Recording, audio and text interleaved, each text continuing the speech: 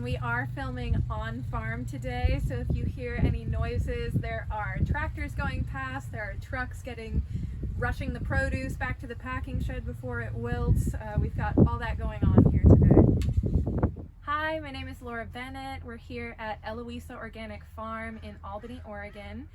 For those of you who don't know, this used to be Spring Hill Organic Farm, and that farm ran for the last 30 years, and when Jamie Kitzrow retired, he was able to create an opportunity for two of the farming families who have worked this land for the last few decades to become their own farm owners. And so we currently have sort of an incubator farm situation where Eloisa Organic Farm owners Virginia Herrera and Sinan Ramirez are running Eloisa, and then the Martinez family is running Sunrise Organic Farm. So I work for Eloisa, and we also have a CSA program, but today I am utilizing some of the Poblano peppers from Eloisa Organic Farm, as well as potatoes from Sunrise. So we've got a little bit of both to celebrate both of these incredible farms. So a little bit about the recipe that we're going to do today. I really wanted to talk about poblanos, but also a couple of other peppers that are in this warm pepper category. A lot of us are familiar with sweet peppers, sweet bell peppers, Italian peppers, as well as hot peppers, jalapenos, serranos, habaneros, that kind of thing. But all of these really incredible, rich, savory, warm peppers, people tend to know a little bit less about, don't cook with them as regularly. So today we have poblano peppers. We also have these chile de agua peppers, and this is a seed that is from Oaxaca, and they're pretty hard to find here in the States. Those who are in the know are pretty excited that we can find these. These can get a little hot. And then we also have some of these new chilaca peppers, which you might know dried as pasillo peppers, but they're similar to poblanos, just really warm, really rich. So today we're going to make a easy, cheesy pepper poblano saute, little breakfast saute. I make this all the time. It is so, so, so delicious. And it's just a one skillet breakfast that is really easy, and really it's become my go-to favorite. So a little bit about why I like to call myself a vegetarian. I am like a lot of people that grew up not eating any vegetables, like baby carrots, and that's it. And so over the years working on farms, I've gotten to know how to use produce, and I think a lot of us get intimidated by all of these ingredients, and so I'm really just here to show a really simple recipe that can become your new favorite breakfast that you can make at home. And a couple little easy tricks to make it just the best saute that you can have, because I think we've all made mushy, kind of watery veggie sautés in the pan before, and what we're really going for today are really nice crispy potatoes, perfectly cooked. You know, you want that perfection for yourself. So I'm just gonna dice the potatoes here. All right, so now that we have our potatoes diced, I'm gonna go ahead and heat our pan up. For those of you who don't know this little detail, it's really important to wait until your pan and your oil is hot before you put the vegetables in. What we want is we want each of these little cubes to have a perfect crispy outer edge and to be creamy and cooked on the inside. And we want them to hit that hot oil and really sear. So we're gonna go ahead and heat our oil in our pan up. Don't be afraid of oil. A lot of people think, you know, we need to cook healthy. You're doing a whole breakfast with a ton of vegetables. It's already healthy. Use the oil that you need. Add a little bit more. I'm gonna get our potatoes in the pan. We are officially sizzling now, so the temperature is hot.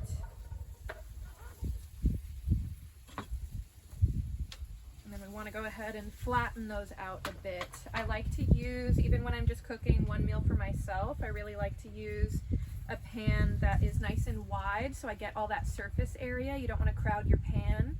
That's another factor that can contribute to kind of more mushy sautés if you don't have that surface area. And I've got this heat here on about medium high. And just because we're outside, I might lid this for a second to help those potatoes get up to temperature. So as far as cutting and preparing your peppers go, a lot of people have different techniques of what they like to do, but I like to just cut mine in half like this and just go ahead with my thumb and rip out that stem with the seeds, do a little tap. And I will make a note here that poblano peppers are, you know, they have that warm flavor in their flesh, but these seeds are spicy. And this little trick that I'm doing here with my hand is going to leave my fingers very spicy. If I rub my eye, you're definitely going to get got. So you can also, you know, do this if you're feeling a little cautious with your knife and just cut those off. These chile de aguas, as we get farther along in the season, are getting hotter. Just think about, you know, as it gets hotter outside, so do the peppers. The peppers definitely get hotter as the year goes on. So I am just going to add one of those. And then I'm going to go ahead and add just a little bit of a sweet Italian pepper just for a little bit of color. And then over here with my potatoes, I don't want to forget about them. I noticed that it's steaming up pretty hot right now. I don't want this lid on for too long, again, because I want that crispy crunch. And so I don't really want to steam them and keep that moisture on there. I just want that in there for a moment. So I'm going to go ahead and give them a stir. All right. And then you can cut your peppers in a lot of different ways. I tend to just do what is quick and easy. But note that the size that you chop things does matter. If you chop things bigger, it's going to take a little bit longer to cook. I want these peppers to cook rather quickly, and so I'm going to chop them nice and thin. Say you're making breakfast for your family, family of 4, I would say this breakfast is going to take maybe 20 minutes start to finish at maximum, probably closer to 15. And one big pan full is definitely enough for 4 people if you've got 2 fried eggs on top for every person.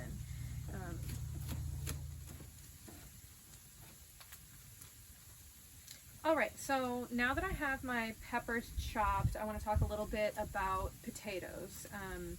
And I'm really always looking for that crispy potato as someone who really grew up just like eating a lot of chips and fast food and fried foods. I really want that crisp in there for this to be like a satisfying meal. And when you add other vegetables into the pan with potatoes, you're also adding a ton of water, and that's something that you really want to be cognizant of. I'm really waiting at this point, even though I could just toss these in here right now. I'm waiting until these potatoes have really developed a certain level of that crispy layer on the outside before I'm going to go ahead and add these in. If there's too much water in the pan, they're never going to crisp up in that way. And today we're going to do all of these together in the same pan, but lots of times at home, if it's easier, I'll just go ahead and finish the potatoes off how I want, set them aside, and then do the peppers, and then I'll just add everything back together at the end. There's no harm in doing that. So because I am going to leave these a little bit longer, I'm going to go ahead and just mince a little bit of garlic. Okay, so our potatoes are just crisping up. They're not quite, done yet. We don't want them to be totally done, and I'm going to go ahead and add all of our peppers in. I want to give those a nice mix so they get contact with that hot pan. And then again, I added something new to the pan. I'm just going to go ahead and lit it for a second to help everything get up to temperature in there, and then process my garlic. So a little note about why I am doing this garlic last. A lot of people start their sautés with onions and garlic. I personally am a garlic fiend. I love to taste that really strong garlic flavor. And when you put garlic in the pan first, it can often mellow that flavor out the longer that it's cooked. And I'm going to take all this time to peel this garlic and chop this garlic. I want it at its full potency. And so I'm actually going to go ahead and add it in last. Our potatoes have a nice crisp to them, and we still have a lot of that water in the peppers, so we really want this pan on high. We want to cook that water out of the peppers. I like to do a nice rough chop on my garlic. It doesn't need to be minced or, super tiny. It's fine the way it is. And I just don't want it to burn because I've got that high temperature in there, so I think we'll go ahead and add it in now. We do want it to impart a little bit of its flavor into the saute as it's cooking. So another really important detail about sautés that I wanted to talk about is when to add your salt in. A lot of people think of salt as just a flavoring agent, but it also really does a lot as a chemical process. When salt hits a plant cell wall, like the edges of these potatoes or our peppers, what it does is it just immediately bursts those cell walls open. They release all of their water, and it's really hard to get that nice crispy outer edge that you want when you salt early in the pan. A lot of those mushy sautés are a result of salting early in the cooking process. That's specific to how vegetables behave in the frying pan because it's really just water puddling there. You want to take the opposite technique if you're roasting a vegetable. You know, you toss it in all your oil and salt, and it's in the oven. It's got such high temperatures that are evaporating off. That water isn't puddling there. So in the frying pan in general, I would say you want to salt late every time, and that's really going to help you to get that crispy edge. So we have not seasoned this at all yet. So at this point, what I'm seeing in the pan here is my potatoes are really perfectly done. They've got that crispy edge on the outside, and I can poke them through really easy with my utensil here, but the peppers still haven't cooked down quite as much as I want them to. And so that's kind of the danger. Potatoes just don't really play well with others in the pan sometimes.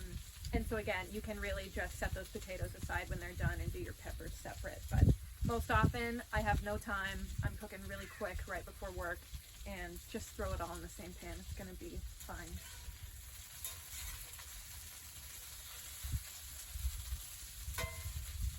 And again, do not be afraid of oil. We've got these temperatures nice and high, so I need to keep things lubricated.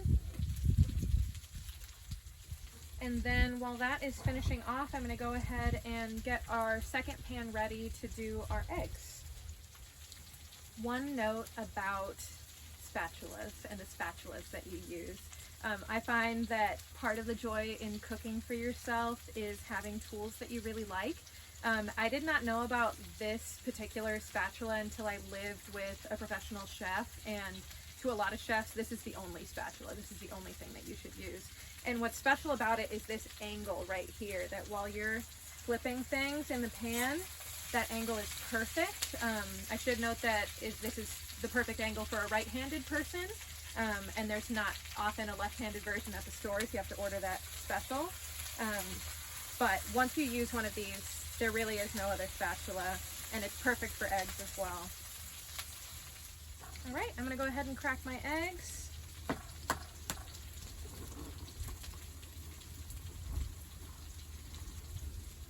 And then I think our saute is at its perfect moment where we are ready to go ahead and salt and turn the pan off. So you can really see I'm really waiting to salt until it's at that final stage. For our salt, I'm a garlic fiend. I am obsessed with the Jacobson's garlic salt that they've got. So I'm going to use a little bit of that. Then I'm going to go ahead and toss that salt around.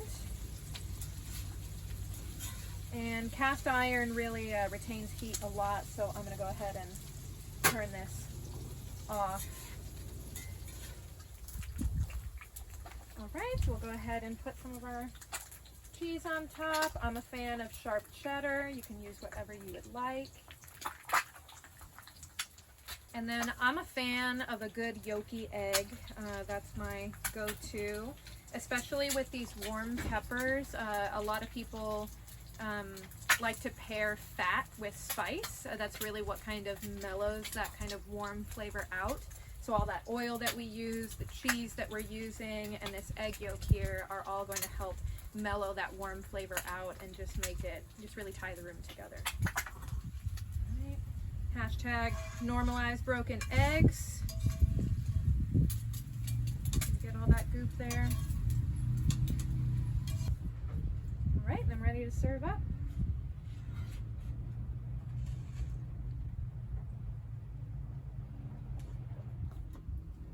of salt on our eggs. And then I like to do a little bit of cracked pepper. All right, that's what it is. We did it.